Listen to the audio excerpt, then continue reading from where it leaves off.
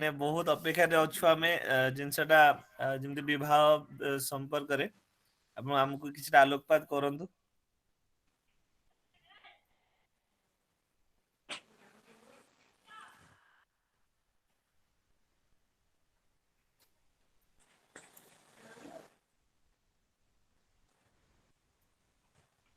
ମୋ ଆବାଜ ଯାଉଛି ମଉସା?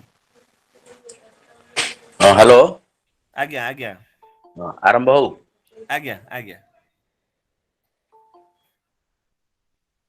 ଜୋର।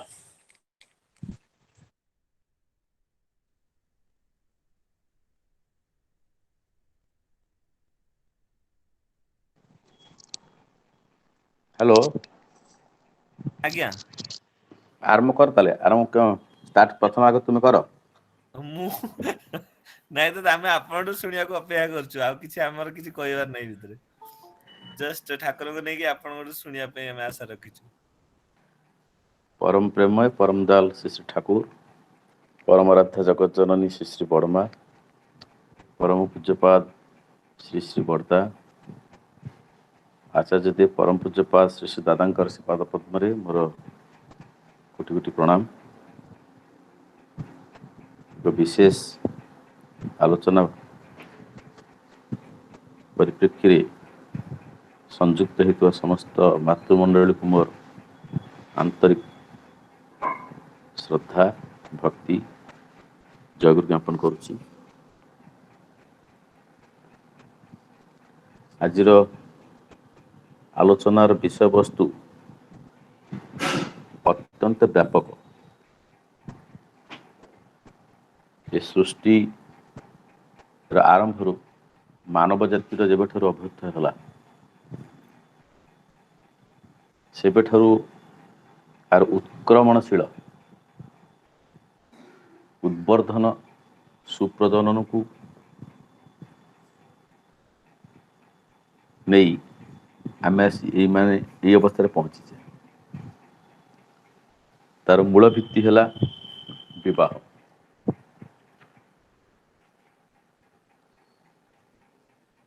ଗୃହର ଅଧିଷ୍ଠାତ୍ରୀ ଦେବୀ ହେଉଛନ୍ତି ଗୃହିଣୀ। ଗୃହ ରଚନାର ସୂତ୍ରପାତ ବିବାହରୁ। ଆଉ ବିହିତ ବିବାହ ଗୃହ ମନ୍ଦିରରେ ଉଦ୍ବର୍ଦ୍ଧନ ଓ ସୁପ୍ରଦାନକୁ ହିଁ ସୁପ୍ରତିଷ୍ଠିତ କରେ। ସଂସାର ଆନନ୍ଦର ନିକେତନ ହୋଇ ଉଠେ। କିନ୍ତୁ ବ୍ୟତେଇ ବ୍ୟବହାରେ କିନ୍ତୁ ଫଳ କିନ୍ତୁ ଠିକ ଓଲଟା ହୁଏ। ପୁରୁଷ ନାରୀ ସାରା ଜୀବନ ଗୋଟିଏ ଘରେ ରହି ମଧ୍ୟ କେହି କାହାର ଆପଣାର ହୋଇପାରନ୍ତି ନାହିଁ ନା କାହାକୁ ଆପଣାର କରିପାରନ୍ତି ନାହିଁ। ବ୍ୟର୍ଥତା ତିକ୍ତତା ରେ ଜଳିପୋଡ଼ି ସେମାନେ ନିଜର ମାନସିକ ସ୍ତରକୁ ଅତ୍ୟନ୍ତ ଆକ୍ରୋଶର ଅଯଥା ଆଘାତ କରନ୍ତି। ଆଉ ପ୍ରତ୍ୟୁତରେ ମଧ୍ୟ ମର୍ମନ୍ତ ଆଘାତ ପାଆନ୍ତି। ତ ଏଇଭଳି ଏକ ସୁନ୍ଦର ଜୀବନଯାପନ କରି ଉନ୍ନତକୁ ପ୍ରସବ କରି ବିବର୍ତ୍ତନ ଧାରା ଭିତର ଦେଇ ବିକମିଂ ଦିଗରେ ଆଗେଇ ନେବା ପାଇଁ ଋଷିମାନଙ୍କର ଯେଉଁ ବିବାହ ବ୍ୟବସ୍ଥା ରହିଥିଲା ସେ ବିବାହ ବ୍ୟବସ୍ଥା ଭିତରେ ଦେଇ ହିଁ ଉନ୍ନତକୁ ପ୍ରସବ କରାଯାଇପାରେ।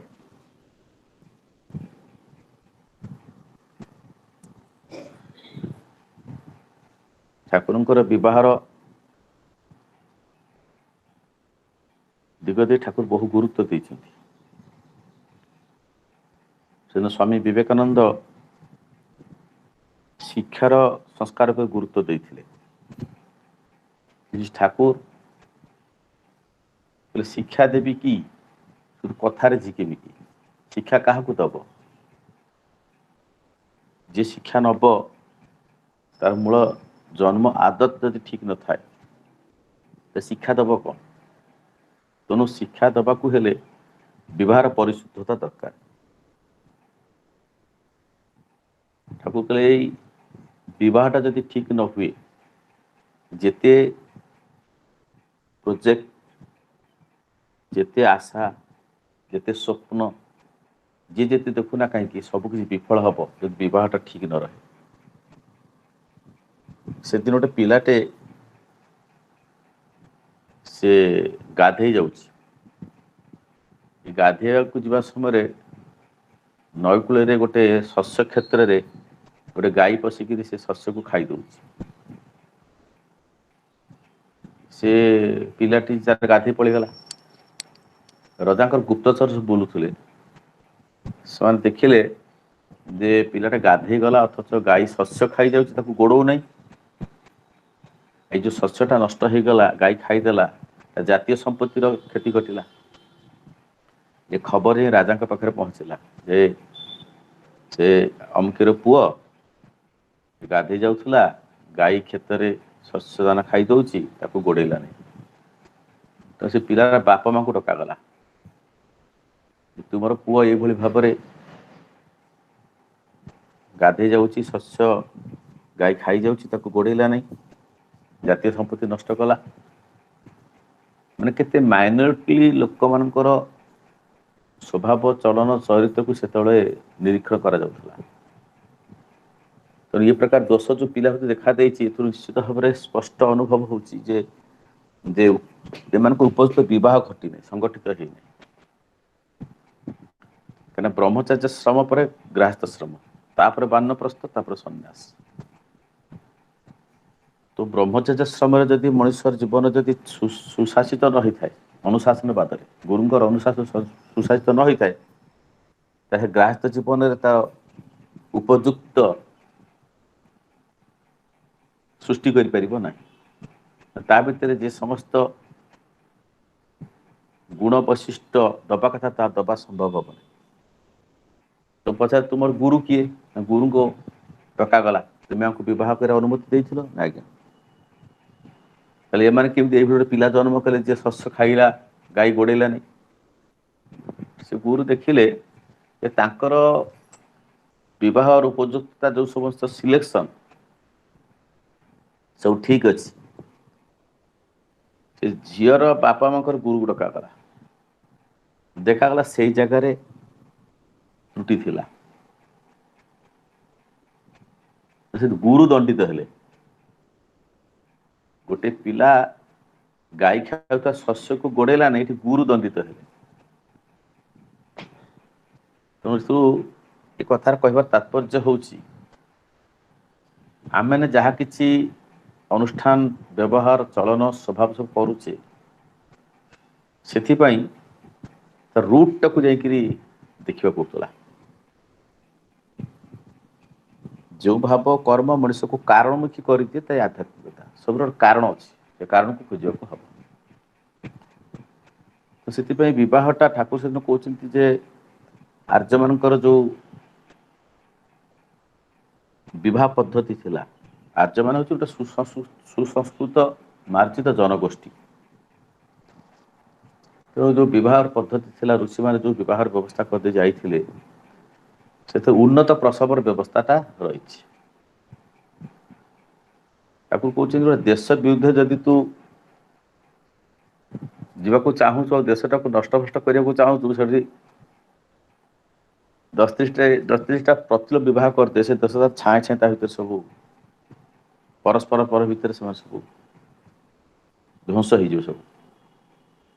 ତତେ ୱିପନ୍ସ ଦରକାର ନାହିଁ, ଅସ୍ତ୍ର ଦରକାର ନାହିଁ, ଆଟମିକ ଏନର୍ଜି ଅଛି, ତୁ କିଛି ତାକୁ ମାରିବା ଦରକାର ନାହିଁ, କେବଳ ପ୍ରତିଲୋପ ବିବାହ କରିଦେ। ଠାକୁର ଅନୁଲୋମ ବିବାହର କଥା କହିଛନ୍ତି, ପ୍ରତିଲୋମ ବିବାହ କଥା କହିଛନ୍ତି, ସାଦୃଶ୍ୟ ଅନୁଲୋମ ବିବାହର କଥା କହିଛନ୍ତି, ସୂକ୍ଷ୍ମ ପ୍ରତିଲୋମର କଥା କହିଛନ୍ତି। ଏ ସମସ୍ତ ବିଷୟରେ ଗୋଟେ ଷ୍ଟଡି ଦରକାର।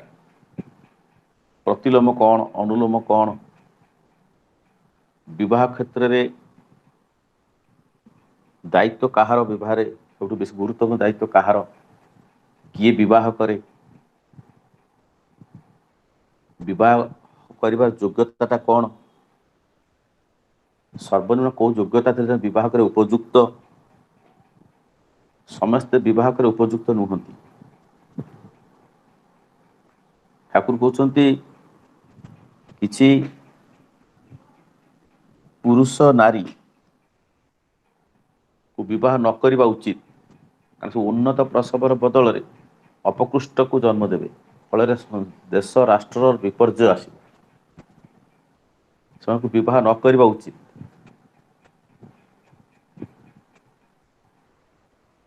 କିଛି ଶ୍ରମଣ ଦରକାର, କିଛି ସନ୍ନ୍ୟାସୀ ଦରକାର, ସଂସାରକୁ ଉପଯୁକ୍ତ ଶିକ୍ଷା ଦେବା ପାଇଁ ମଧ୍ୟ କିଛି ସନ୍ନ୍ୟାସୀ ଦରକାର। ତ ବିବାହର ମୂଳ ଭିତ୍ତି ହେଉଛି ଉନ୍ନୟନ ବା ଉଦ୍ବୋଧନ ସୁପ୍ରଜନ।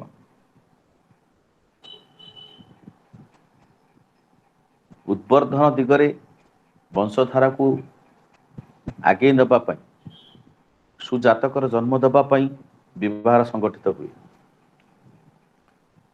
ଠାକୁରଙ୍କ ବିବାହକୁ ଖେଳନା ଭାବନା। ବଜାରରୁ ପନିପରିବା କିଣିଲା ବେଳେ ଆମେ ଯେତିକି ସଚେତନ, ସୁନା ରୂପା ଘରକୁ ଆଣିଲା ବେଳେ ଆମେ ଯେତିକି ସଚେତନ, ଶାଢ଼ୀ କିଣିଲା ବେଳେ ଆମେ ଯେତିକି ସଚେତନ, ଗିନା ବାସନକୁସନ କିଣିବା ପାଇଁ ଆମେ ଯେତିକି ସଚେତନ, ଆମେ ବିବାହ ପାଇଁ ସେତିକି ସଚେତନ ନୁହେଁ।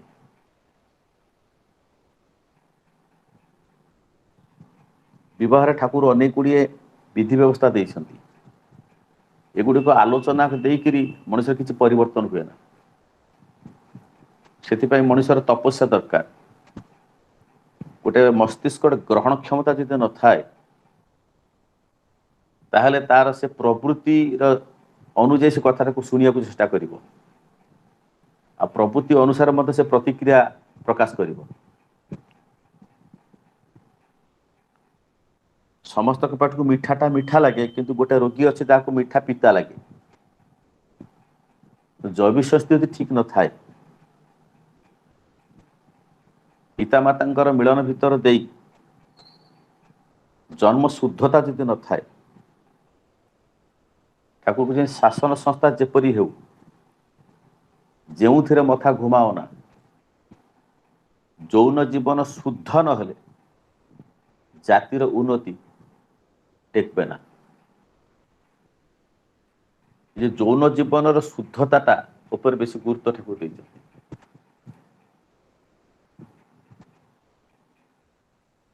ତେଣୁ ମଣିଷର ଯଦି ଗୋଟେ ନିଜର ମନ ଉପରେ ତାର ନିୟନ୍ତ୍ରଣ ନଥାଏ, ତା ମନକୁ ସେ ଆୟତ୍ତ କରି ନପାରେ, ସେଥିପାଇଁ ତପସ୍ୟାର କଥା ଅଛି, ସାଧନାର କଥା ଅଛି। ମନନାତ୍ ତ୍ରାୟତେ ଇତି ମନ୍ତ୍ର। କୌଣସି ଏକ ଫସଲ ଉତ୍ପାଦନ କରିବାକୁ ହେଲେ ଆଗ ମାଟିର ଉପଯୁକ୍ତ କର୍ଷଣ ଦରକାର ଏବଂ ମଞ୍ଜିର ମଧ୍ୟ ସଂରକ୍ଷଣ ଦରକାର। ମଞ୍ଜିକୁ ଉପଯୁକ୍ତ ଭାବରେ ସଂରକ୍ଷଣ ରଖିବା ଦରକାର, ଅପରପକ୍ଷରେ ମାଟିର ମଧ୍ୟ ଠିକ ଭାବରେ କର୍ଷଣ ହେବା ଦରକାର, ପ୍ରସ୍ତୁତି ଦରକାର। ଗୋଟେ ଝିଅ ଯେ ଜନ୍ମ ହେଇଥାଏ ଯୋଉ ବାପ ଘରେ, ସେଇଟା ତା ନିଜ ଘର ନୁହେଁ, ପ୍ରମାଣ ହେଇସାରିଲା। ଏଟା ତ ନିଜ ଘର ନୁହେଁ, ତା ନିଜ ଘର ହଉଛି ଯୋଉଠି ବିବାହ କରି ଯାଉଛି। ତ ସେ ଯୋଉ ଝିଅକୁ ଜନ୍ମ ଦେଇଥିବା ପିତାମାତା ଅନୁଭବ କରିବା ଦରକାର, ଇଏ ହଉଛି ଆମ ଘରେ ଗେଷ୍ଟ, ଅତିଥି, ଏ ଦିନେ ଯିବେ, ଆସିଛନ୍ତି ଯିବେ। ତେଣୁ ବାପ ଘରଟା ହଉଛି ଗେଷ୍ଟ ହାଉସ। ତ ମତେ ଦିନେ ମୋ ଘରକୁ ଯିବାକୁ ହବ। ନାରୀ ଜୀବନର ଚରମ ସାର୍ଥକତା ସୁମାତୃତ୍ୱରେ। ମାତୃତ୍ୱ ଲାଭଟା ହচ্ছে ଜୀବନର ଅନ୍ତର୍ଜଗତର ଏକ ଚରମ ଆକାଂକ୍ଷା। ସେ ମାତୃତ୍ୱକୁ ଲାଭ କରିବା ପାଇଁ ଯେଉଁ ମାନସିକ ଶାରୀରିକ ଆଧ୍ୟାତ୍ମିକର ପ୍ରସ୍ତୁତି ଦରକାର, ସେଇ ପ୍ରସ୍ତୁତି ହଉଛି ତାର ଶିକ୍ଷା। ସେଥିପାଇଁ ମୁଁ ଅନେକ ଦିନ ଧରି ଗୋଟେ କଥା ଭାବୁଥିଲି, ଆଜି ଏଇ ବ୍ୟବସ୍ଥା ଦେଖି ମତେ ଭଲ ଲାଗୁଛି ଯେ ଆମେ ଯଦି ଏଇ ପ୍ରକାର ବ୍ୟବସ୍ଥା ଆରମ୍ଭ କରୁ, ହୁଏତ କୋଶଳା ଶାଗ ବୁଣି ଦେଲେ 15, 20, 25 ଦିନ ଭିତରେ ଆମେ କୋଶଳା ଶାଗ ଆମେ ଖାଇବା, କିନ୍ତୁ 1.5 ମାସ 2 ମାସ ପରେ ସେ କୋଶଳା ଶାଗ ମଞ୍ଜି ହେଇଯିବ, ଆଉ ଖାଇ ହେବନି। କାହିଁକିନା ଆଶୁ ଫଳ ପ୍ରାପ୍ତି ଦୁନିଆରେ ବର୍ତ୍ତମାନ ସମସ୍ତେ ବ୍ୟସ୍ତ, ଚଟକିରି ଫଳ ପାଇବା। ଠାକୁର ହାବିଟା ବହୁତ ଉପରକୁ ଯାଏ, रकेट बाणटा बहुत शीघ्र उपरକୁ जाए କିନ୍ତୁ शीघ्र पड़िबा ପାଇଁ ତେଣु ଇଏ ଏକ ଦୀର୍ଘସ୍ଥାୟୀ ବ୍ୟବସ୍ଥା ସେଥିପାଇଁ 2-3ଟା ଜେନେରେସନ କଥା ଠାକୁର କହିଛନ୍ତି ଯେମିତି ଏବେଠାରୁ ଆରମ୍ଭ କରେ ସେଦିନ ଦେଶବନ୍ଧୁ ଚିତ୍ତରଞ୍ଜନ ଯେତେବେଳେ ଠାକୁର ପାଖକୁ ଆସିଛନ୍ତି ଜନନାୟକମାନେ ଆସିଛନ୍ତି ଠାକୁର ବ୍ୟବହାର କଥା ସଂସ୍କାର କଥା କହିଛନ୍ତି ସେ ଦୁଃଖ ସେ କହିଛନ୍ତି ବହୁତ ସମୟ ସାପେକ୍ଷ ଏବେ ଯଦି ବିବାହ ସଂସ୍କାର କରାଯାଏ ଗୋଟେ ପିଲା ଜନ୍ମ ହେବେ ତ 20-25 ବର୍ଷ ଠାକୁର କହିଲେ ଏବେଠାରୁ ଯଦି ବ୍ୟବସ୍ଥା ଆପଣ ଠିକ୍ ଭାବରେ କରନ୍ତେ 25 ବର୍ଷ ଫଳ ପାଇବେ ଯଦି 25 ବର୍ଷ ପରେ ବ୍ୟବସ୍ଥା ତ 50 ବର୍ଷ ପରେ ଫଳ ପାଇବେ ତ ସେଥିପାଇଁ ଆମକୁ ଏବେ ଗୋଟେ କୋର୍ସ ତିଆରି କରିବାକୁ ପଡ଼ିବ ଗୋଟେ ଖସଡ଼ା ପ୍ରସ୍ତୁତ କରିବାକୁ ପଡ଼ିବ ପିଲା ଜନ୍ମରୁ ତାର ବିବାହ ଉପଯୁକ୍ତ ହେବା ପର୍ଯ୍ୟନ୍ତ ତାର ଯେଉଁ ଶିକ୍ଷା ସେ ଶିକ୍ଷା ଗୋଟେ ଖସଡ଼ା ପ୍ରସ୍ତୁତ କରିବାକୁ ପଡ଼ିବ সেটা ଗୃହସ୍ଥଳୀରେ ଦୈନନ୍ଦିନ ଜୀବନରେ সেটা ପ୍ରୟୋଗ କରାହେବ ପୁରୁଷର ବୈଶିଷ୍ଟ୍ୟ ଅଲଗା ନାରୀର ବୈଶିଷ୍ଟ୍ୟ ଅଲଗା ପୁରୁଷର ଶରୀର ସୌଷ୍ଠବତା ନାରୀର ସୌଷ୍ଠବତା ଭିତରେ ଫରକ ଅଛି ଆର ମାନସିକ ଅବସ୍ଥା ତାର ମାନସିକତାର ଫରକ ଅଛି ୟାର ଚିନ୍ତାଧାରା ତାର ଚିନ୍ତାଧାରାରେ ଫରକ ଅଛି ଉଭୟ ବାୟୋଲୋଜିକାଲ ମଧ୍ୟ ସେମାନେ ସମାନ ନୁହନ୍ତି ମନରେ ମଧ୍ୟ ସେମାନେ ସମାନ ନୁହନ୍ତି ଉଭୟଙ୍କର ବୈଶିଷ୍ଟ୍ୟ ହେଉଛି ଅଲଗା ଗୋଟେ ପୁରୁଷ ଜୀବନର ସାର୍ଥକତା ଲାଭ କରେ ଜୀବନରେ ଗୁରୁ ଇଷ୍ଟ ପୁରୁଷୋତ୍ତମକୁ ଧରିବା ଭିତର ଦେଇ ତାର ପୁରୁଷତ୍ୱ ସେ ଅର୍ଜନ କରେ କିନ୍ତୁ ଗୋଟେ ନାରୀ ଜୀବନ ସାର୍ଥକ ଲାଭ କରି ଗୋଟେ ଉପଯୁକ୍ତ ପୁରୁଷ ବରଣ କରିବା ଭିତର ଦେଇକି ତେଣୁ ଗୋଟେ ପୁରୁଷର ସାଧନା ତପସ୍ୟା ତା ପିତାମାତାଙ୍କର ଜୀବନ୍ତ ବେଦୀ ତଳେ ସେ ଉପାସନା କରି ଇଷ୍ଟ ଆରାଧନା କରିବ କିନ୍ତୁ ଗୋଟେ ନାରୀ କିନ୍ତୁ ତାର ସ୍ୱାମୀର ପାଦପୀଠ ତଳେ ତାରି ସେବା ପରିଚିତ ନିଜକୁ ଉତ୍ସର୍ଗ କରି ତାର ଇଷ୍ଟ ଆରାଧନା କରିବ ସେପାଇଁ ଠାକୁର କହୁଛନ୍ତି ପୁରୁଷ ଛୁଟିବ ଇଷ୍ଟ ନିଶାରେ ନାରୀ ଛୁଟିବ ସ୍ୱାମୀ ନିଶାରେ ଗୋଟେ ନିଶା ତାକୁ ଜୋର ଜବରଦସ୍ତ କରି ବାଧ୍ୟବାଧକତାରେ ସାମୟିକ ଭାବନମତା ସୃଷ୍ଟି କରି ଏଟା କରାଯାଇ ପାରିବ ନାହିଁ କରିଲେ ଫଳ ଠିକ ଭାବରେ ଆସିବ ନାହିଁ ତ ସେଥିପାଇଁ ଗୋଟେ ଖସଡ଼ା ପ୍ରସ୍ତୁତ ଦରକାର ଯାହା ଉପରେ ବିଶେଷ ଆଲୋଚନା ହେବା ଦରକାର ଏ ଯୋଉ ଦୈନନ୍ଦିନ ଚଳନ ଚର୍ଚ୍ଚା ଶିକ୍ଷା ସେବା ଶୁଶ୍ରୂଷା ସମ୍ବର୍ଦ୍ଧନା ନିଷ୍ଠା ସୁକେନ୍ଦ୍ରିକତା ଆତ୍ମନିୟନ୍ତ୍ରଣ ଶ୍ରେୟମୁଖୀନତା ବର ମନୋନୟନ ବାଗଦାନ ବିବାହ ସତୀତ୍ୱ ପତିବ୍ରତା ଅଚ୍ୟୁତ ଆଦର୍ଶ ପ୍ରଣତା ଅସତ ନିରୋଧୀ ପରାକ୍ରମ ପ୍ରେରଣା ଓ ଆଶା ଭରସା ଦାନ ସହନଶୀଳତା ଧୈର୍ଯ୍ୟ ଅଧ୍ୟବସାୟ ସ୍ୱାସ୍ଥ୍ୟ ସଦାଚାର ଖାଦ୍ୟ ଗଛଗାଛୁଡ଼ା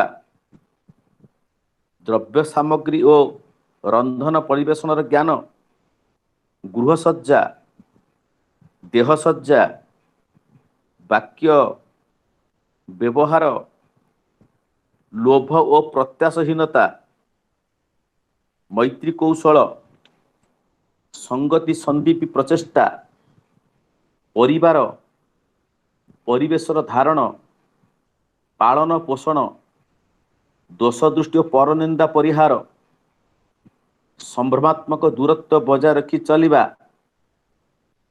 ସପତ୍ନୀ ସଙ୍ଗେ ବ୍ୟବହାର ସୁସନ୍ତାନ ଲାଭ ସନ୍ତାନର ଚରିତ୍ର ଗଠନ ଅନେକ ଅନେକ କଥା ଦେଇ আর বিশেষ বিশেষ দিগ দেই এগুলো খসড়া প্রস্তুত হওয়া দরকার আর সেই সব শিক্ষা তার বাল্যকালରୁ তার বৈশিষ্ট্য অনুসারে যে 8টি বৈশিষ্ট্য ঠাকুর মা ମାନଙ୍କ ପାଇଁ ଦେଇଛନ୍ତି ତାର ବାଲ୍ୟକାଳ ଭିତରେ ତାର ବାପା ମା ତାକୁ ଏଗୁଡ଼ିକ ତା ଭିତରେ ଆସ୍ତେ ଆସ୍ତେ ସୃଷ୍ଟି କରିବାକୁ ପଡ଼ିବ ପାଠ ପଢ଼ାର କୋର୍ସ ଭିତରେ ଆସିବା ଦରକାର ସ୍କୁଲ କଲେଜରେ ଏଗୁଡ଼ା ସବୁ ପ୍ରବେଶ କରିବା ଦରକାର ଆମେ ସବୁ ଲିଟେରାରୀ ନଲେଜକୁ ବେଶୀ ନେଇ କ୍ୟାରିୟର ତିଆରି କରିବା ବ୍ୟସ୍ତ ଅଛୁ କିନ୍ତୁ ଚରିତ୍ର ସ୍ୱଭାବ ଚଳନ କଥାବାର୍ତ୍ତାକୁ ନେଇକି ସୁନ୍ଦର କରିବା ପାଇଁ ଏପାଇଁ କୌଣସି ସ୍କୁଲ କଲେଜର ବ୍ୟବସ୍ଥା ନାହିଁ। ସେଥିପାଇଁ ସ୍ୱଚ୍ଛଳ ଆନ୍ଦୋଳନ, ଏ ଆନ୍ଦୋଳନକୁ ନେଇ ଚାଲିବା ପାଇଁ ହେଲେ ସର୍ବପ୍ରଥମ ଠାକୁର ଆମକୁ ଦେଇଛନ୍ତି ଦୀକ୍ଷାର ଭିତରେ ଦେଇ ପ୍ରତିଟି ମଣିଷ ପାଖରେ ଗୁରୁ ଗ୍ରହଣ ଭିତରେ ଦେଇକି ମଣିଷଙ୍କ ଯଜନଜାତି ଇଷ୍ଟଭୂତି ଠିକ ଭାବରେ ପାଳନ କରିବ। এই যଜନଜାତି ଇଷ୍ଟଭୂତି ପାଳନ କରିବା ଭିତରେ ଦେଇ ତାର ବୃତ୍ତି ପ୍ରବୃତ୍ତି ଉପରେ ତାର ବୃତ୍ତି ପ୍ରସାର ଗୋଟେ ପରିଚୟ ତାର ହବ ଆଗ।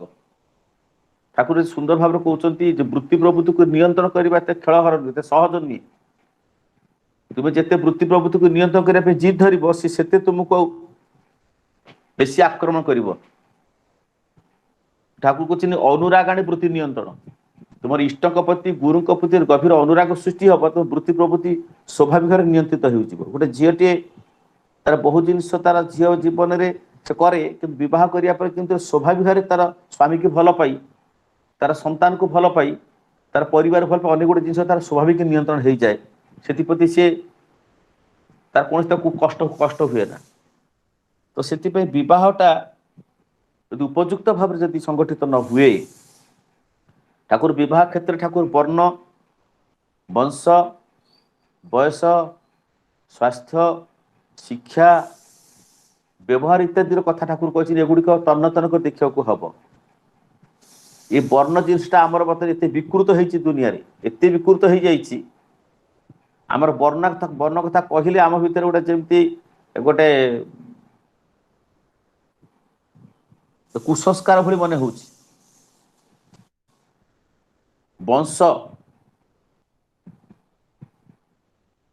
ଶିକ୍ଷା, ଆମେ ଯୋଉ ଶିକ୍ଷା ଭାବୁଛୁ କିଏ କଣ ପାଠ ପଢିଛି, ସେ ଶିକ୍ଷା ନୁହେଁ।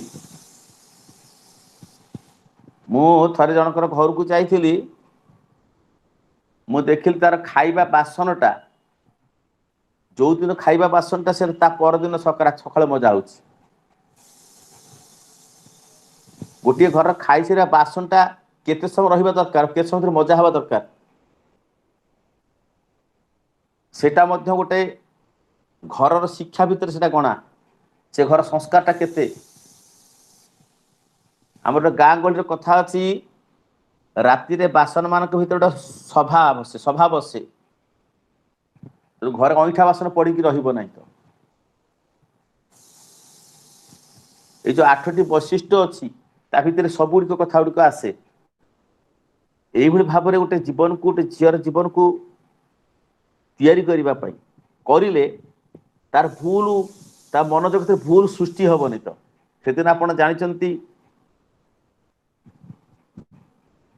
ଯେ କନୌନକ ଋଷିଙ୍କର ଆଶ୍ରମରେ ଥିଲେ କିଏ ନା ଆମର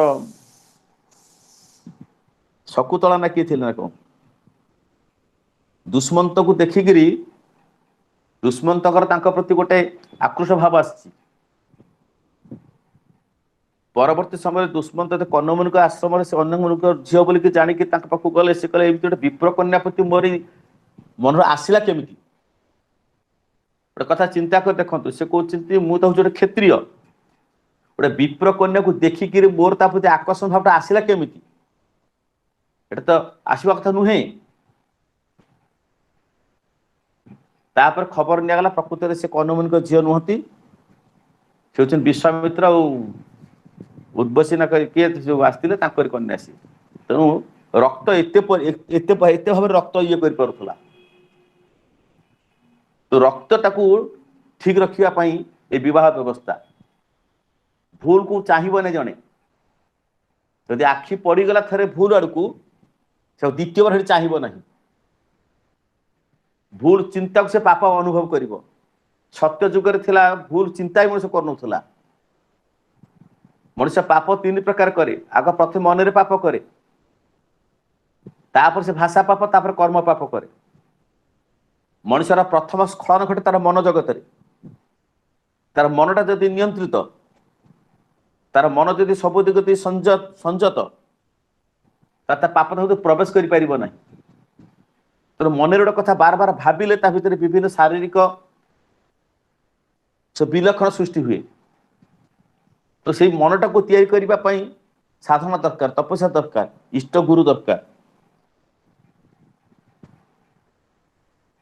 तेणु मोर कहबार कथा होची जे सर्वप्रथम आमको गोटे खसड़ा प्रस्तुत करने को हम ठाकुर जो भारत वर्ष जो स्वर्ण प्रसु भारत देव प्रसविनी भारत जो माँ मान को देवीर आख्या दि जाऊला आई माने देव शर्मणम देवता देव शर्मणम कहुला आई भारतर अवस्था कई भाई जो डी जेनेरेशन कथा ठाकुर कहते भारत जो अवनति घटी हूँ डी जेनेरेशन उन्नत प्रसव बदल में अपकुष्ट सृष्टि होती ठाकुर दुईटी कारण आनी प्रथम कारण है ठाकुर कहले जितेबले ईस्ट इंडिया कंपनी प्रथम कलिकता को आसी व्यवसाय वाणिज्य आरंभ कले कर आस्ते आस्ते आस्ते धीरे धीरे धीरे धीरे धीरे आमर व्यवसाय वाणिज्य विदेश सहित आमर चलला जो भारतीय माने विदेश को गले व्यवसाय करने से विदेश रहा भितर देकरी विदेश कन्या मान को आकृष्ट विवाह कले एवं से कन्या मान जो पिला सब जन्म हेले से भितर श्रेष्ठ बा श्रद्धा उत्कृष्ट को वर्ण कर मानसिकता तांका भीतर नष्ट है से विवाह क्षेत्रटा विचार करने क्षेत्रटा विचार शून्य से या गोटे विवाह गंडगोल आरंभ होती भल पिला जन्म हबार से व्याहत सृष्टि है परवर्ती ठाकुर आउ गोटे कारण कहते अशोक जितेबाला बौद्ध धर्म प्रचार कले बुद्धंकर शिष्य ग्रहण कर बौद्ध धर्म प्रचार कले बहु भल भल परिवार पिला माने सब बौद्ध सन्यासी हो गले ये जो बौद्ध सन्यासी होगला फल से वंशर झील मैंने उपयुक्त वर पाइले नहीं श्रेष्ठ वर पाइले ना निकुटर से पात्रस्थ हेले ता मध्य गोटे प्रतिलोमर कारण ठाकुर कहते तेणु उपयुक्त पात्र मनोनयन करने दीपटू को आमको लक्ष्य देवा हम तो विवाह करने पर्यंत उपयुक्त विवाह गोटे उपयुक्त हो पड़ो आजिकली जो भली अवस्था जहाँ किसी सृष्टि होती से कथा आलोचना करने पसंद मन करूना एटा आपण मैंने विशेष कर माँ मैंने विशेष भाव तो भल कि तर्जमा करके आलोचना करेंगे आपण मैंने भितर तो कौटी परिशुद्ध करिले तार मार्जित जीवनचर्या आरंभ हेले सब जिन ठीक हम से खसड़ा प्रस्तुत करने को हम ये गोत्र संपर्क आम मान धारणा पूरा नील बर्तमान गोत्र कौन सगोत्र विवाह पर निषेध अच्छी समान प्रबर भी विवाह निषेध अच्छी अनेक लोक गोत्र कौन जानती ना तो प्रबर कथा मुझे जन भल भल लोक पचारि से कहले प्रबर कौन मुझे तो मोट भाई मन पड़ूनी प्रबर कौन आमर प्रबर कौन मुझे जानी आमर बापा ना बापा ना ता बापा ना पचारे आम कहीपरूनु आमर श्राद्ध पिंडाती है बेले 3 पुरुष 7 पुरुष पर्यंत श्राद्ध पड़ूला ता भीतर आमर वंशर आम वंश आमर संपर्क आमर गोटे गौरवबोध होता आम वंश कौन आम कौ वंशर सृष्टि होइचु वंशर गौरव यदि मनुष्य गौरवान्वित न हुए ताल मनुष्य भीतर हीनमनता प्रवेश कर बुझा पड़ो इनिफिड कम्प्लेक्स हीनमनता एभली गोटे ग्रंथि से मनुष्य को सर्वनाश को नहीं चली ठाकुर कह जो साधना हीनमनता आरंभ हुए से दिन पंड हो तो सुप्रीड कम्प्लेक्स दरकार सहज भाव ठाकुर सहज ज्ञान लेखा पढ़ारे दक्ष हेले शिक्षा ताकू कहे ना अभ्यास व्यवहार सहज ज्ञान सहज भाव एक्सेप्ट करिया दरकार तो जनक प्रति गभीर भल पाइबा थिले प्रेम थिले मनुष्य कॉमन सेंस डेभलप करे ये कॉमन सेंस ठाकुर कहते ब्रह्म ज्ञान तो इष्ट बा गुरु को धरी सहज भाव भल पाइबा दरकार से जहाँ जहाँ कहते कंटा कंटा परिपालन करा पड़ो थालकुड़ी कहीं कहते खाइबे मुझे जानी मुझे थालकुड़ी खाइबी तापर बुझी थालकुड़ी कहीं खाती समस्त विश्व क्रिया को नष्ट करुच्ची टॉक्सिक क्लियर करुच्ची इत्यादि इत्यादि बहुत पछर जानी सबासन कहीं कहते मुझे जानी किंतु मु करी बिना आपत्ति बिना उद्यम परम आनंद इष्टभूति যেভাবে ভাবে করিয়া কইছি সেইভাবে করিবি, যে সময় কইছি সেই সময় করিবি, যে ভাব দিয়ে কইছি সেই ভাব দিয়ে করিবি। আর সে ভাব আসিবা পাই মতে পূর্বରୁ মোর মনটাକୁ ইষ্টଙ୍କ ପ୍ରତି ଆଗ ସେଭଳି ଶ୍ରଦ୍ଧାଶୀଳ ରଖିବାକୁ ପଡିବ। ସେଥିପାଇଁ ମଣିଷ ନାମ ଜପର କଥା ଅଛି, ନାମ ଧ୍ୟାନର କଥା ଅଛି। ନାମ ଧ୍ୟାନ କରିସାରିବା ପରେ ସ୍ୱତ ଅନୁଗାର କଥା ଅଛି। ସ୍ୱତ ଅନୁଗା ମତେ କିଏ ବାଧ୍ୟ କରିକି କହୁନି କହ ବୋଲିକି, ମୁଁ ନିଜକୁ ଡିକ୍ଲାରେସନ କରୁଛି। ମୁଁ ଅକୃତି ମମାନି, ମୁଁ ନିରଳସ କାମ ଲୋଭ ଜିତ ଡିକ୍ଲାରେସନ ନିଜେ କରୁଛି, ଏବଂ ସେଗୁଡ଼ିକ ମୋ ଭିତରେ ଆରୋପିତ ହେବା ଦରକାର। ସେଭଳି ମନ ନିଜ ଉପରେ ଆରୋପ କଲେ ମଣିଷର ସେଭଳି ମନର ସୃଷ୍ଟି ହବ। ତାପରେ ଯାଇକି ଇଷ୍ଟଭୂତି ନିବେଦନ କରୁ, ଇଷ୍ଟଭୂତି ନିବେଦନ ମୁଁ କରୁଛି, ଇଷ୍ଟଭୂତି ସେ ଗ୍ରହଣ କରିବେ। ଜଣେ ଘରକୁ ଆସିଲା ଆମେ ତାକୁ ସାଙ୍ଗେ ସାଙ୍ଗେ ଖାଇବାକୁ ଦଉନୁ, ତାକୁ ଆଦର କରୁଛୁ, ଅଭ୍ୟର୍ଥନା କରୁଛୁ, ତାକୁ ସ୍ୱାଗତ କରୁଛୁ, ତା ସହିତ ଟିକେ ବାକ୍ୟର ବିନିମୟ କରୁଛୁ, ଭଲ ମନ୍ଦ କୁଶଳାଦି ପ୍ରଶ୍ନ କରୁଛୁ, ତାପରେ ଆମେ ଆପ୍ରୋଚ୍ କରୁଛୁ। ଆପଣଙ୍କର କିଛି ଯଦି ସେବାର ପ୍ରୟୋଜନ ଲାଗେ ତାହେଲେ ମୁଁ ଦେଲେ ଆପଣ ଟିକେ ଗ୍ରହଣ କଲେ ବହୁତ ସାର୍ଥକ ଲାଭ କରିବି। ଗୋଟେ ପ୍ରାକ୍ଟିକାଲ, ଠିକ ଏଟା ବି ସେଇଭଳିଆ ଭାବ ପ୍ରାକ୍ଟିକାଲ। ଉଠିଲି ଇଷ୍ଟଭୂତିଟା କରିଦେଲି, ଇଷ୍ଟଭୂତି ଗ୍ରହଣୀ ହୁଏ ନା। ଆମେ ମେକାନିକାଲି ଏଟା କରୁଛୁ, କରୁ କରୁ କରୁ କରୁ ଯଦି ଏଟା ତାର ପ୍ରକୃତ ଭାବ ରହସ୍ୟ ପାଖରେ ନ ପହଞ୍ଚି ପାରିବା ତାହେଲେ ଇଷ୍ଟଭୂତିର ସାର୍ଥକ ଲାଭ କରିବନି। ଠାକୁର କହୁଛନ୍ତି ଯେତେ ଇଷ୍ଟପ୍ରଣତାର ତାର ମୂଳ ଭିତ୍ତିଭୂମି ହେଉଛି ଇଷ୍ଟଭୂତି। କହୁଛନ୍ତି ଇଷ୍ଟପ୍ରଣତାର ସ୍ପାଇନ୍ ହେଉଛି ଇଷ୍ଟଭୂତି। ଯଦି ଜଣଙ୍କର ଇଷ୍ଟଭୂତି ଆଗ ଠିକ ହୁଏ ତାର ନାମଧାନ ଠିକ ହବ। ଯାହାର ନାମଧାନ ଠିକ ହବ ତାର ଯାଜନ ଠିକ ହବ। ଯାହାର ନାମଧାନ ଠିକ ହବ ତାର ଆତ୍ମସମୀକ୍ଷା ଆସିବ, ତାର ସ୍ଥୂଳରୁ ସୂକ୍ଷ୍ମ କାରଣ ବୋଧ ତାର ସୃଷ୍ଟି ହବ। ସେ ନିଜର ଟିକି ଟିକି ଭୁଲକୁ ମଧ୍ୟ ସେ ନିଜେ ଅନୁଧ୍ୟାନ କରି ଜାଣିପାରିବ। ଆଉ ସେଇ ଭୁଲ ନିରାକରଣ ପାଇଁ ଯାହା ଯାହା ବ୍ୟବସ୍ଥାପତ୍ର ତାକୁ ସେ ଆପଣେଇବାକୁ ପଡିବ। ଯେ ନିଜକୁ ଶାସନ କରିଛି ସେ କୋଉଠି ଅପମାନ ପାଇବ ନାହିଁ। ତ ମତେ ଜଣେ ପଦେ କହିବ, ଜଣେ ଗାଳି ଦବ, ଜଣେ 3 ଥର କହିବ ଇଟ୍ ଇଜ ଇନସଲ୍ଟ ଟୁ ମି, ମତେ ଜଣେ ପଦେ କହିବ ନାହିଁ ମୁଁ ନିଜକୁ ଏଭଳି ତିଆରି କରିବି, ନିଜକୁ ପ୍ରସ୍ତୁତ କରିବି। এইভଳି ଗୋଟେ জিদখোর দরকার তো মন ভিতরে। ঠাকুর তিনি ইষ্টার্থ পরান্তরে জেদি যারা ব্যক্তিত্ব তু থাকে জিদখোর দরকার। ଆଉ ସେ ଜିଦଟା ହେଉଛି ମଙ୍ଗଳ ପାଇଁ ଜିଦ କରିବା ଦରକାର। ଆମେ ସବୁ ଅମଙ୍ଗଳ ପାଇଁ ଜିଦ କରୁ, ଯାହା ଜିଦ କରିଥିଲେ କରିବି, ମତେ କିଏ ଅଟକେଇ ପାରିବେ ନାହିଁ ତ, କିନ୍ତୁ ସେଇଟା ଭଲରେ ବିଜନେସ୍ ହେବା ଦରକାର। କିନ୍ତୁ ଏଇ ଯୋଉ ଫୋର୍ସ ଜିଦଟା ଯଦି ନ ରହେ ମଣିଷର ତାହେଲେ ମଣିଷ ଜୀବନରେ ବଡ ହେଇପାରିବ ନାହିଁ। ବିଶେଷ କରି ଦେଖାଯାଏ କହନ୍ତି ଝିଅ ପିଲା ଭାରି ଜିଦିଆ, ସେ ଭାରି ଜିଦି, ତାର ସେଟା ଭଲ ଗୁଣ, ଖରାପ ଗୁଣ ସେଟା ନୁହଁ। ଯାହା ଭିତରେ ଜିଦି ଅଛି ମୁଁ ଜାଣେ ସେ ପ୍ରକୃତରେ ବଡ ବଡ ହବ ନିଶ୍ଚିତ। ଠାକୁର ଚିହ୍ନି ଖରାପ ଚିନ୍ତା କରି ଖରାପ କାମ କରିବା ଭଲ, ଭଲ ଚିନ୍ତା କରି କିଛି ନ କରିବା ଅପେକ୍ଷା, କାରଣ ତା ଭିତରେ ଫୋର୍ସଟା ଅଛି। ତେଣୁ ଆମର ଜିଦ୍ ଆସିବା ଦରକାର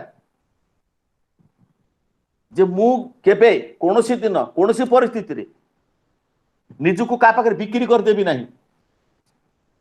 ଛିଟକା ମୁକ୍ତା ନ ଏକ ଯାକେ ତାକେ ଫେଲେ ଦେବି। ଏ ବଣିଆର ଛିଟକା ମୁକ୍ତା ନୁହେଁ ଯେ ଛୁନା ନୁହେଁ, ତାକୁ ଯାହାକୁ ତାକୁ ଦେଇଦେବି। ମୁଁ ବଜାର ସଉଦା ନୁହେଁ ମତେ କିଏ କିଣି ନେଇ ଚାଲିଯିବ। ମୁଁ କାହାର କ୍ରୀଡ଼ନକ ନୁହେଁ, ମୁଁ କାହାର ଉପଭୋଗ୍ୟର ବିଷୟବସ୍ତୁ ନୁହେଁ। এইଭଳି ଗୋଟେ ଆତ୍ମ ମର୍ଯ୍ୟାଦା ବୋଧ ରହିବା ଦରକାର, ଆତ୍ମ ଗୌରବ ବୋଧ ରହିବା ଦରକାର। ଏଇ ଯୋଉ ଆସିବା ପାଇଁ ଯୋଉ ଏଜୁକେସନ ଦରକାର, ଯୋଉ ପାରିବାରିକ ଶିକ୍ଷା ଦରକାର, ଯୋଉ ସାଧନ ଦରକାର, ସେଇଟାକୁ ପ୍ରଥମ ଆଗ ଠିକ କରିବାକୁ ପଡିବ। ଇଏ ତ ବିରାଟ ବିଷୟବସ୍ତୁ। ବିବାହଟା ଗୋଟେ ବିବାହ ବିଧାନ, ସ୍ୱତନ୍ତ୍ର ଠାକୁର ଗୋଟେ ବହି ଅଛି ବିବାହ ବିଧାନ। ମା ମାନଙ୍କ ପାଇଁ ଠାକୁର ଗୋଟେ ସ୍ୱତନ୍ତ୍ର ବହି ରଖିଛନ୍ତି, ତା ହଉଛି ଦେବୀ ସୂକ୍ତ। ଆଉ ନାରୀଙ୍କ କଥା ତ ଆପଣ ଜାଣିଛନ୍ତି। ୟାକୁ ରକ୍ତ କରିବାକୁ ହବ, ୟାକୁ ଡାଇଜେଷ୍ଟ କରିବାକୁ ପଡିବ। ଗୋଟିଏ ଗୋଟିଏ ବାଣୀ ଉପରେ ଆମକୁ ରିସର୍ଚ୍ଚ କରିବାକୁ ହବ, ଆଉ ତାକୁ ନେଇକି ଜୀବନରେ କେମିତି ପ୍ରୟୋଗ କରାହବ ତାର ଅଭିନବ ଅଭିନବ କୌଶଳ ସବୁ ବାହାର କରିବାକୁ ପଡିବ। ସେଟା ବାଇ ଫୋର୍ସ ନୁହେଁ, ଜବରଦସ୍ତ ନୁହେଁ। ଠାକୁର କୌଣସି ଜିନିଷ ଜୋର ଜବରଦସ୍ତି କରାଯାଏ ନା। ସୁନୀତି ବା ସୁନିୟମ କାହାକୁ ଜବରଦସ୍ତ କରି ପାଳନ କରିବାକୁ ହୁଏ ନା। ଯିଏ ଭଲ ଚାହେଁ ସେଟାକୁ ସେ ଆକ୍ସେପ୍ଟ କରିବ, କିନ୍ତୁ ଆମକୁ ଭଲ ଚାହିଁବାକୁ ହବ। କାହାର ମନ୍ଦ ଗୁଣ ଦେଖି, କାହାର ଖରାପ ଗୁଣ ଦେଖି, କାହାର ଖରାପ ସ୍ୱଭାବ ଦେଖିକିରି ବିରକ୍ତ ବା ବିଷେଇ ଯିବାଟା ଭଲ ନୁହେଁ। ସେ କୋଉ ଅବସ୍ଥାରେ ପୁଣି ଖରାପ ହେଇଛି ସେଟାକୁ ମତେ ଅନୁଭବ କରିବାକୁ ହବ। ଯଦି ମୁଁ କାହାକୁ ପରିବର୍ତ୍ତନ କରିବାକୁ ଚାହିଁବି ତାହେଲେ ତା ଖରାପ ଦେଖିକି ତାକୁ ମୁଁ ଖରାପ ମାନସିକତା ତା ପାଖକୁ ଯିବି ନାହିଁ। ତ ଠାକୁର ଚୋରକୁ ସମସ୍ତେ ବାଡଉଥିଲେ, ମୁଁ ସେ ବାଟେ ଆସୁଥିଲି, ଯେ କଣ ହେଇଛି କାହିଁ ତାକୁ ମାରୁଛ, ସେ ଚୋରି କରିଛି, ତ ମାରୁଛ କାହିଁକି ନା ଚୋରି କରିছে ବାଡେଇବେ ନା କଣ କରିବେ, ନା ଚୋରି କଲା କାହିଁକି ବୁଝୁନା। को अवस्था पर से चोरी कला ये समस्त आश्चर्य ये कि बेकरे तो चोर भितर ठाकुर पशिगले ठाकुर प्रतिटा अंतर को मन को किडनैप कर चेष्टा करते प्रतिटा मनुष्य को किणी नौ चेष्टा करते गोटे बाट खोजुले तेणु मनुष्य भितर प्रवेश करने को हम से जो कार्य खराब कार्य कर जिदखोर होती से कार्यर विरोध कले प्रतिवाद कले से बर आउ बेसी जिद कर तो सहज करदे दरकार आज दुनिया जो व्यभिचार चली जो भ्रष्टाचार चली बर्तमान आपण जमी तुलसी गछ सारा पोक हो जाए तेणु तुलसी को गछ कौन उपाड़ देवे ना ताकू दुईटा मेथड देले गोटे देले क्यूरेटिव मेथड गोटे देले प्रिवेंटिव मेथड जो माने विवाह कर सारी से क्यूरेटिव मेथड अप्लाई करिया पड़िबो जो विवाह करना से प्रिवेंटिव मेथड अप्लाई करिया पड़िबो आउ पुणी रूट को ठीक करिया पहले आमे जो पिला मान को बर्तमान विवाह कर जन्म दबा ताकू पर बेस ठीक आनिया पड़िबो ये तीन प्रकार विधि व्यवस्था चलिया पड़िबो से जो त्याग दरकार जो उत्सर्गित जीवन दरकार से बर्तमान घोर अभाव समस्ते चाहते आम संसार करवा सुखे रहा आनंद रहा जीवन उपभोग करवा ठाकुर कह त्याग 16 भोग 18 भोगटा को 18 ठाकुर रखिंट त्याग 16 पाखे आमे माने जो त्याग कहूँ से क्रेडिट ठाकुर त्यागटा क्रेडिट नुहे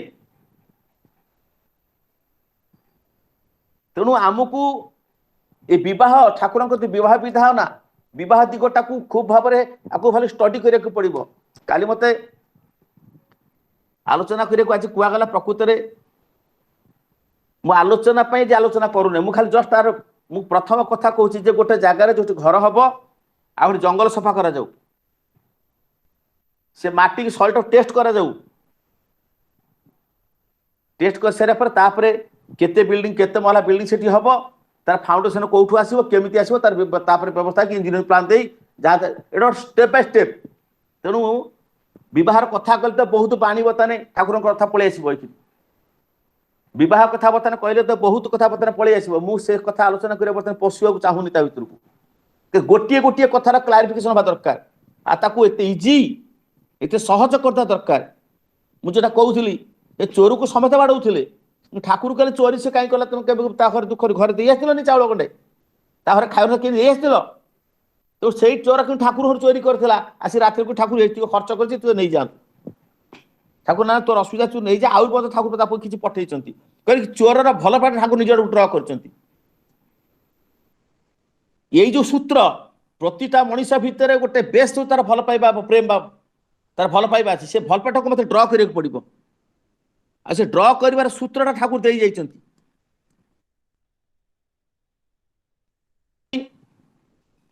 खराब दुनिया किसी ना समस्या दुनिया कौटी ना सब श्रृंखला चली जो मत विशृंखला लगुच से जगह दोषटा मोर जो जगार मत गोटे जगह विशृंखला लगुच कारणटा जो मुझे मुझे निजक अनुसंधान कर देखी मत खराब लगुच कहीं यही जो तर्जमा करने आनालिसिस करने पहले मनुष्यर गभीर प्रेम भावटा नथिले मनुष्य एगुड़ आनालिसिस करना तो ठाकुर कहले नामर से डुबे थकी ब्रह्मांड सुंदर देखिए अर्थात नाम भितर बुड़िकी रहिले दुनिया भर सुंदर देखू ठाकुर बिस्री रे सुंदर देखा चाहते जन चोर ताको घृणा कलु गोटे झी तार चरित्र नष्ट हो घृणा करदेलु तार सारा जीवन से उद्धार पाई परिबो नहीं काहार को घृणा करिवार कथा नहीं से कौ परिस्थिति पड़ी कहीं तार मुझे कह पिलाटा शस्य गोड़ेला ना दोष है जाकि गुरु पाखे मुझे पिला कहीं दोष दौर पिला कहीं बाड़ौची आम पिला भर्सना कर लाभ कौन जो दोष होती दोषटा को निराकरण कर व्यवस्था करा पड़ो तो प्रिभेंटिव मेथडटा हूँ बर्तमान जो पिला माने विवाह करना से गोटे खसड़ा प्रस्तुत करा जाऊ पाखे प्रकृत सब दिग दे वास्तवतार कथा उपस्थापन करा जाऊ ठाकुर कथा ठाकुर नारी पथरे ठाकुर कथा सर विभिन्न फिलोसफर मान कथा वैज्ञानिक मान कथा को ठाकुर जोड़ी आमर जहाँ किसी नष्ट होइछि थिला कौन और ठाकुर स्वप्न कौन या भीतर गोटे संगति कौन रक्षा करिया पड़ो इट इज एटा रिसर्चबुल मैटर आपको रिसर्च करिया हम ऋषि मान गोत्र सृष्टि होइछि ऋषि होउछि आमर गोत्र पुरुष ऋषि क्षत्रिय भितर काली मत क्षत्रिय घर अच्छी भरद्वाज गोत्र ब्राह्मण घर अच्छी भरद्वाज गोत्र वैश्य घर अच्छी भरद्वाज गोत्र कि शूद्र घर अच्छी भरद्वाज गोत्र हाउ टू पॉसिबल तार कारण कौन ताकू जानिया को हबो ये समस्त कथा को न जानी पारिले तो ठाकुरंकर जो आइडियोलॉजी बा ठाकुरंकर जो व्यवस्था टाकू मनुष्य भितर प्रवेश करी ताकू जीवंत करी तकिबा पय हेले हमको बहुत कथा गवेषणा करिया को पड़िबो बहुत पढ़िबा को पड़िबो ताकू आलोचना करिया को पड़िबो एवं से हमको कठोर तपस्या करिया को हबो मोर कहया कथा होची जे मनुष्य यदि विहित भाव में नामधान करे गभीर प्रेम सहित विश्वास करी निसंदेह चित्त नाम करे ठाकुर ता भीतर समस्त ज्ञान देदेवे आमर शास्त्र कौच आम जन कौथर मुजा को हुई सद ज्ञान ता भीतर उदय पिंड ब्रह्मांड एकमत जहाँ हूँ भांडे ता हूँ ब्रह्मांडे सबू मो भीतर अच्छी मु निजको खोजी निजको जानी निजको भल पाइबी मो भीतर थी ठाकुर को मुझे अनुभव करी मुझे मंदिर को जाऊँगी से घर ठाकुर रखी मुझे ओसापुनी पर्व कर मूल कारण हूँ मो भीतर थी से ठाकुर को अनुभव करवा तेणु मोर ठाकुर तो जाग्रत दरकार तो से साधन भजन करवा ठीक भाव में विहित भाव साधन भजन दरकार मनुष्यर साधन भजन जब ठीक हुए तार नामधान जब ठीक हुए तार इष्टबुद्धि ठीक हुए तार जातन बक बक दरकार नहीं तो तार ऑटोमेटिक तार गोटे गोटे कथा गोटे पदे पदे कथा मनुष्य भितर गोटे चुंबक भाया प्रवेश कर टाणी आनब तक मन को तो से आमको मुझे आपण मान पाखे गोटे विशेष भाव में अनुरोध रखा चाहूँगी जे आम आ बेसी ये विषय आज आलोचना करने को चाहूना केते गोटे जिनस मु प्रस्तुत करुच्ची मुझे जोगेदेवी मुझे बहुत जिनस आरेंजमेंट करदेवी आपण मैंने जोगाजोग आरेंजमेंट करूँ एवं आस्ते आस्ते सब खसड़ा प्रस्तुत करूँ आपण ताकू आस्ते आस्ते समस्त पाखे पहुँचे चेष्टा करूँ लोक फास्ट पढ़ू जानू और बेसी कथा जोटा कहली जजन जात इष्टबुद्धि ठीक भाव में कंटा कंटे परिपालन करे दरकार जो माने जजन जात इष्टबुद्धि ठीक कंटा कंटे पालन करेंगे से माने कथा आग पढ़े शुणे भावे तापर आलोचना करेंगे ये विराट एक विराट अभियान आरंभ मात्र कारण मातृजाति संपर्क में आलोचना करवाटा बहुत सतर्कता सहित कथा कहूँ पड़ुची मत कारण मुझे माँ ठू जन्म हो ठाकुर कहे से दिन मोर नारी मातृजाति प्रति श्रद्धा सम्मान सृष्टि जो दिन जानी गोटे माँ एकाधर जन्म दिए पुओ माँ एकाधर जन्म दिए झील से ठाकुर कहते मार करुणा नहेले मार दया नहेले दुनिया को आसबार कार साध्य ना आज आम जे समस्त जन्म होचे आज यदि सारा विश्व जहाँ कि आज बिगड़ी जाइए तार मूल अच्छी माँ यदि समग्र भारत कहीं पृथ्वी जदि चेहरा परिवर्तन करने को कई आशा कर मूल अच्छी से माँ तो मातृजातिर ठाकुर पुरुष नष्ट नुहे देश नष्ट नारी नष्ट देश नष्ट भ्रष्ट पुरुष जोठी पथ हरा नारी से ध्रुव तारा से केते ना तार केते शक्ति ता भीतर अच्छी तेणु से मातृजातिर जागरण दरकार कवि रवि ठाकुर कहते न जागिले भारत लड़ना देश आर जागे ना देश आर जागे ना तो जागिबा हेले ये ठाकुर कहले आदत कथा है ये बहटा बहर परिशुद्धता दरकार तेणु आपण मान पाखे आउ विशेष आलोचना समय सरी जाइए आम भल भल आलोचक बहुत अच्छे आलोचनार अंत ना मो कथा जाक खसड़ा प्रस्तुत करा जाऊ आउ जो जी आर आयोजन मुख्य दायित्व नहीं सी जड़े से भाव डायनामिक लेडी भितर बहुत परिकल्पना योजना स्वप्न से देखी तेणु ठाकुर प्रार्थना करुच्ची ठाकुर आहुरी आहुरी भाव में सुस्थ रखंतु से भाव में प्रेरणादीप्त कर तोलतु से समस्त पाखरे तांकर प्रिय परमर कथा कहवाई जो संकल्प नहीं प्रभु तांको आहुरी भाव में से मजे दिंतु हजे दिंतु रसई दिंतु पछे जो सहयोगी सब अच्छा ଭଗବାନ ତାଙ୍କ ପଛେ ବହୁତ ସହଯୋଗୀ ଅଛନ୍ତି, ସେମାନଙ୍କୁ ମଧ୍ୟ ସେମାନେ ସୁସ୍ଥ ସ୍ଥିତିକୁ ଜୀବନ ଯାପନ କରନ୍ତୁ। ପ୍ରଥମେ ଯଜନ ଯାଜନ ଇଷ୍ଟଭୂତିକୁ ଠିକ୍ ଠିକ୍ ଭାବରେ ପାଳନ କରି ଆମେ ଯେଭଳି ଭାବରେ ଏଇ ଜିନିଷଟାକୁ ନେଇକି ଉପସ୍ଥାପନ କରିବା ପାଇଁ ପ୍ରସ୍ତୁତ ହେବା। ସମସ୍ତଙ୍କ ମଙ୍ଗଳ ପ୍ରାର୍ଥନା କରି ମୋର କଥା ଶେଷ କରୁଛି। ଜୟ ଗୁରୁ। ମଉସା ଜୟଗୁରୁ। ମାନେ ଏତେ ସୁନ୍ଦର ଆଲୋଚନା, ରିଏଲି ବହୁତ ବଢିଆ ଥିଲା ଆଜି ଇଣ୍ଟ୍ରୋଟା। ଆଉ ତ ସମସ୍ତେ ଆମେ ଯେମିତି ପ୍ଲାନ୍ କରୁଥିଲେ କି ବହୁତ କମ ରେ ହିଁ ଆମେ ଭାବିଥିଲୁ ଏତେ ଗୁଢା ଗୁଢା ଜିନିଷ ବିଜୟ ମଉସାଠୁ ହଉ କିମ୍ବା ଆପଣଙ୍କଠୁ ହଉ ନବୁ ବୋଲି, ମାନେ ଦେଖନ୍ତୁ ଠାକୁରଙ୍କ ଦୟା ଅନଲାଇନ ଏମିତି ଗୋଟେ ଆରେଞ୍ଜମେଣ୍ଟ ପାଇଁ 75 ଲୋକ ଶୁଣୁଛନ୍ତି। ଆଉ ସେଟା ଗୋଟେ ବହୁତ ପ୍ରାଉଡ ଫିଲ୍ ହଉଛି କି ଯାହା ହଉ ଆପଣଙ୍କର ଯେତିକି ରିସର୍ଚ୍ଚ ସାରା ଲାଇଫ ର, ବିଜୟ ମଉସାଙ୍କର ଯେତିକି ରିସର୍ଚ୍ଚ ତାକୁ ଆଟଲିଷ୍ଟ ଆମେ ପାଇପାରିବୁ, ସେଟା ଗୋଟେ ବହୁତ ବଡ କଥା। ତ ଫର୍ଦର ଯେମିତି ଆପଣ ପ୍ଲାନ୍ କରୁଛନ୍ତି ଯେ ଟପିକ ନେଇକି ଗୋଟେ ଗୋଟେ ପଏଣ୍ଟ ହିସାବରେ ଯିବା ବୋଲି, ନେଚୁରାଲି ଫର୍ଦର ତାକୁ ପ୍ରୋସିଡ୍ କରିବା। ଆଉ ସମସ୍ତଙ୍କୁ ଅନୁରୋଧ ସେମିତି କନେକ୍ଟ ହେଇକି ଥାନ୍ତୁ, ଆହୁରି ଆମର ସବୁ ଆଗ୍ରହ ପାଇଁ ଆଉ ଟିକେ ବଢଉଥାନ୍ତୁ ସେଟାକୁ। ମଉସା ଆପଣଙ୍କୁ ବହୁତ ବହୁତ ଧନ୍ୟବାଦ ଅନୁରୋଧ ରକ୍ଷା କରିକି ଆସିଲେ ଆଜି ଡିସ୍କସନରେ ପାର୍ଟିସିପେଟ କରିବା ପାଇଁ। ତ ଏଇଟା ତ ପିଓରଲି ଖାଲି ଗୋଟେ ଆଲୋଚନାର ଜିନିଷ, ଏଥିରେ କିଛି ମାନେ ସତ୍ସଙ୍ଗର ଫର୍ମାଟ ହିଁ କିଛି ନାହିଁ। ଆରମ୍ଭ ହବ 9ରେ, ସେମିତି 9:45 ସୁଦ୍ଧା ହିଁ ୱାଇଣ୍ଡ ଅପ୍ କରାଯିବ। ଆଉ ମୋଷ୍ଟଲି ଚେଷ୍ଟା କରିବୁ ମୋ ସାଙ୍ଗରେ ଆଗକୁ ଆଗକୁ ଯାହାବି ଏଜେଣ୍ଡାଜ ରହିବ ତାଙ୍କ ହିସାବରେ ହିଁ ଯିବା ପାଇଁ। ସେ ଯାହାବି ଯେମିତି ଦେବେ, ଯୋଉ ହିସାବରେ ପ୍ରୋସିଡ୍ କରିବାକୁ ଚାହିଁବେ ସେଇ ହିସାବରେ ଆମେ ପ୍ରୋସିଡ୍ କରିବା। ବିଜୟ ମଉସା ଅଛନ୍ତି ଲାଇନରେ?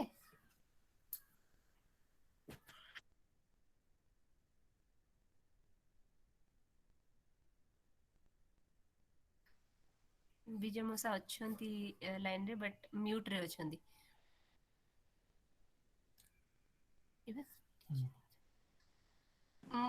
କ୍ଲାସ୍ ଟାଇମ୍ ତ, ଏକ୍ସାମ କ୍ଲାସ୍ ଟାଇମ୍, ସେଇପାଇଁ ସେ ଆଜ୍ଞା, ଆଚ୍ଛା ଠିକ ଅଛି ଆମେ ପରେ କଥା ହେଇଯିବା। ଠିକ ଅଛି ମଉସା, ତାହେଲେ ରଖିବା। ବହୁତ ବହୁତ ଧନ୍ୟବାଦ, ଆକ୍ଚୁଆଲି ବହୁତ ଇନଫର୍ମେଟିଭ ଥିଲା। ଆଉ ଗୋଟେ ସମସ୍ତଙ୍କୁ ରିକ୍ୱେଷ୍ଟ, ସମସ୍ତଙ୍କ ପାଖରେ ନୋଟ ଡାଉନ କରିବା ପାଇଁ ନୋଟବୁକ୍ ଆଉ ପେପର ରେଡି କରିକି ରଖନ୍ତୁ, ତାକି ଏତେ